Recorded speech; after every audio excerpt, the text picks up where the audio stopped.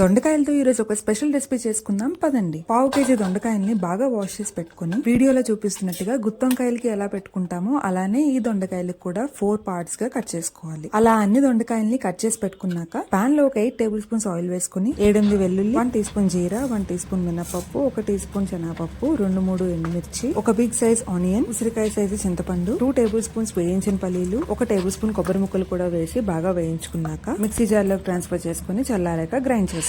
అది చల్లారే లోపు same pan 2-3 table spoons oil వేసుకుని ఆల్రెడీ కట్ చేసి పెట్టుకున్న దొండకాయ ముక్కల్ని వేసి కాసేపు మగ్గించుకోవాలి. తరువాత 1 టీ స్పూన్ ఉప్పు, చిటికెడు పసుపు కూడా వేసి కాసేపు మగ్గించుకోవాలి. అది మగ్గేలోపు మిక్సీ జార్ లో వేసుకున్న దాన్ని ఇలా కొంచెం పేస్ట్ లాగా కచ్చా పచ్చగా గ్రైండ్ చేసుకోవాలి. ఒక 5 to 10 మినిట్స్ మీడియం ఫ్లేమ్ లో దొండకాయల్ని మగ్గించుకున్నాక ఆ పేస్ట్ ని ఇందులో వేసేసుకోవాలి.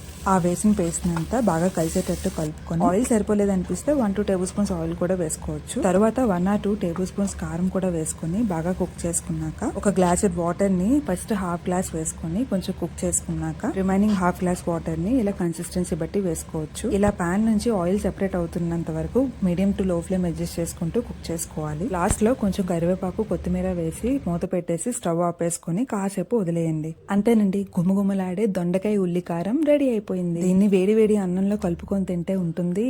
ఆహా, చెప్తుంటేనే నోరు ఊరిపోతుంది. మీరు కూడా ఒకసారి ట్రై చేసి చూడండి, మళ్ళీ చేసుకొని తింటారు.